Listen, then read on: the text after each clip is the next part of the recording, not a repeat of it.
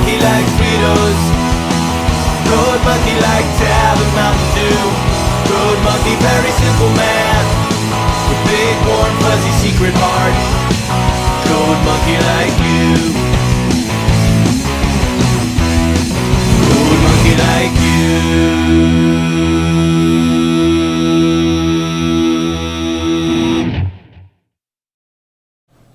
Hey guys, what's up? It's me, the Media Raptor, and welcome back to yet another episode of the Media Raptor Reviews.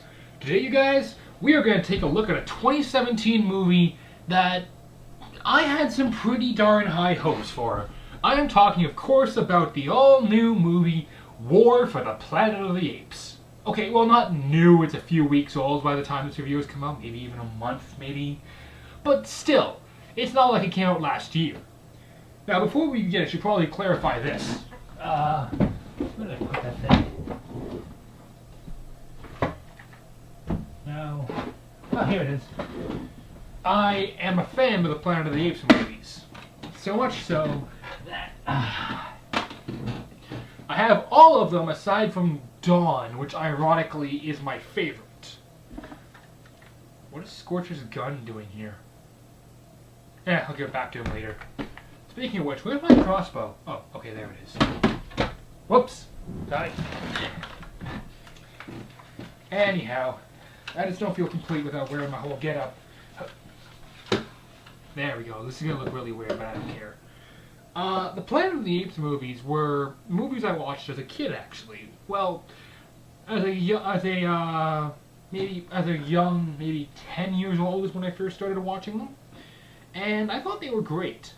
I remember watching Planet of the Apes and thinking, this is one of the greatest sci-fi movies ever made. I was 10, so obviously I didn't know much better.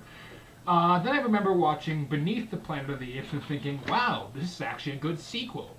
You see, the Planet of the Apes movies do kind of hold a special spot for me because they were the first series of movies that I watched and actually thought about in terms of quality from one to the other.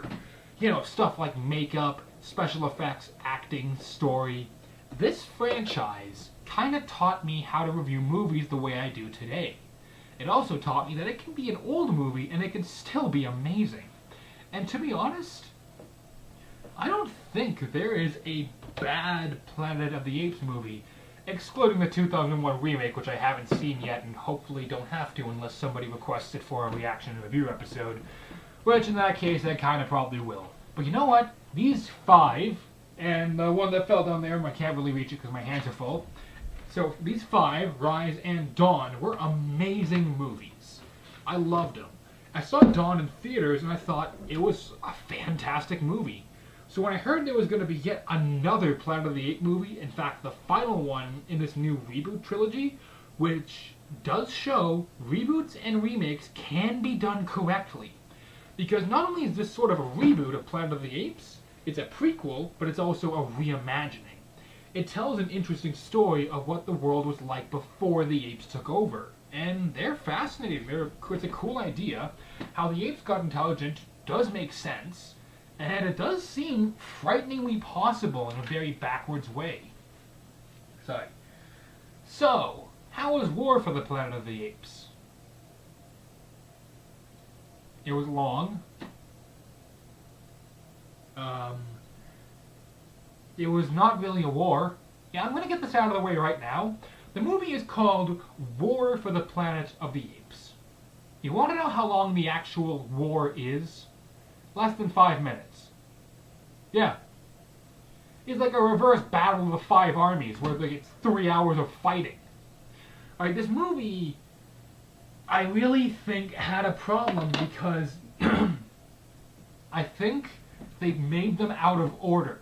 See, Dawn for the Planet of the Apes is actually about a war that breaks out when Kobo goes and kills a bunch of people and then people retaliate and the apes are forced to fight.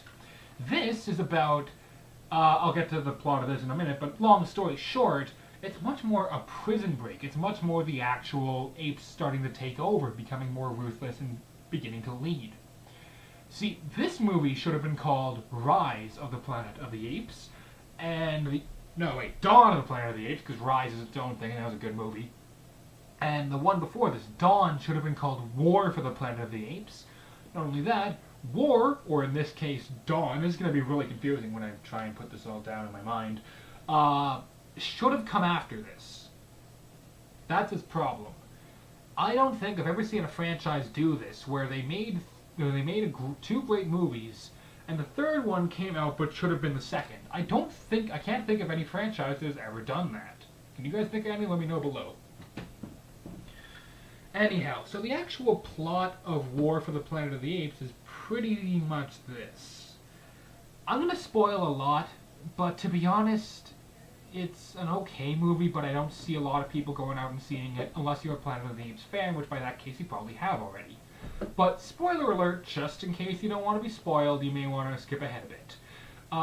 So essentially, the apes and the humans are kind of living peacefully. They were until Kobo went and royally screwed it all up. So now the humans are just hunting down the apes. So they decide, yeah, we gotta move to a new place. Let's hit the road. Let's go to over the mountains and far, far away, where the Teletubbies will come to play with our souls.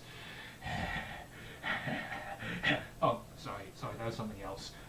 Yeah, so anyhow, they're gonna do that, but of course Caesar's son gets murdered, and his wife, so he's like, yeah, you guys go ahead, I'm gonna go kill this human who killed my family. And the rest of the movie is him essentially going to find this one guy and try and kill him. Along the way, the apes are captured, put into what is surprisingly like a Holocaust camp. Yeah, there was a lot of comparisons that could be drawn to World War II, which made it rather uncomfortable to watch in certain scenes, especially if you're someone who has been affected by that, or is part of a family who has. I haven't, don't want people thinking I have, but it still is kind of awkward, and get what I'm saying here? Yeah, so he has to like break them out, and then that's pretty much it. So I'm going to kind of point out some stuff, though. I'm going to give some plot points to this movie, which kind of make it a bad movie. First of all, the pacing is horrible. This movie is nearly 3 hours, and it could have been done in an hour and 20 minutes. In fact, it would have been much better in an hour and 20 minutes. I don't think there would even be enough plot to fully sustain an hour and 20 minutes unless you added a lot more fighting. They capture Caesar at one point in this, I'm going to call it the chimpanzee camp, essentially, the ape camp. And they don't kill him right away. Why? He's the guy leading the apes against the people you support and you are part of, and I get it. I actually made a list in my mind of reasons why they wouldn't just kill him instantly. And some of them do have actual points, though. It's like they want to break the apes. They want to show the apes that the humans are stronger. They want to make an example of him.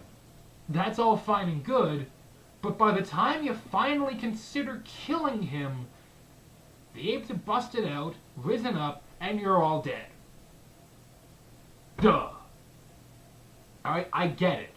You want him to be chained essentially to this thing to look like a crucifix, to look like a cross because allegories and references or whatever. That's really stupid, internet, please stop. But really, yeah, you could do that for one night and then simply just take off your weapon.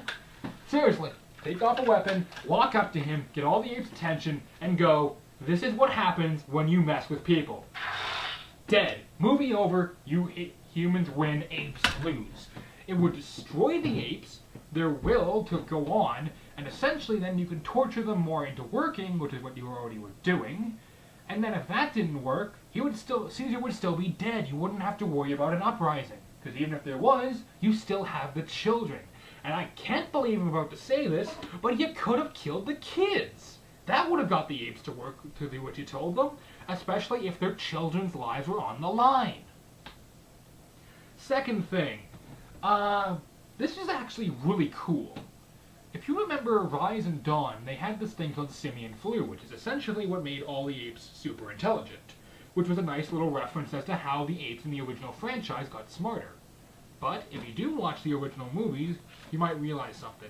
The people rarely, if ever, talk. They don't seem to be able to.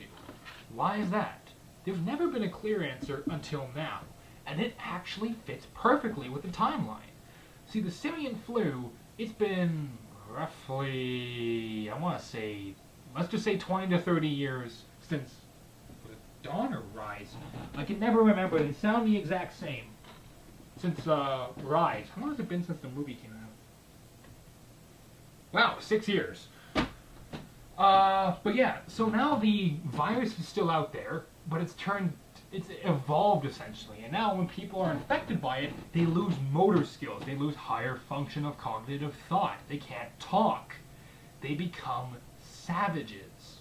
The same type of savages that we see the apes hunting in the original movies. That's brilliant! That kind of writing is what I came to this movie for. Not only is it explaining a decades-old question. You want to know how old Planet of the Apes is? Let's have a look then. The original Planet of the Apes came out in 1964.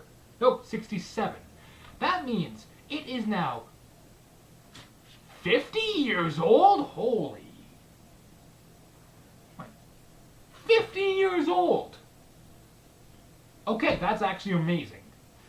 But it's literally been a question since the first one came out. Is why are the humans not as intelligent? Well, guess what? Now we have an answer. And come to think of it, that's kind of what happened also with Winston in Overwatch. Heck, that would be kind of cool, actually.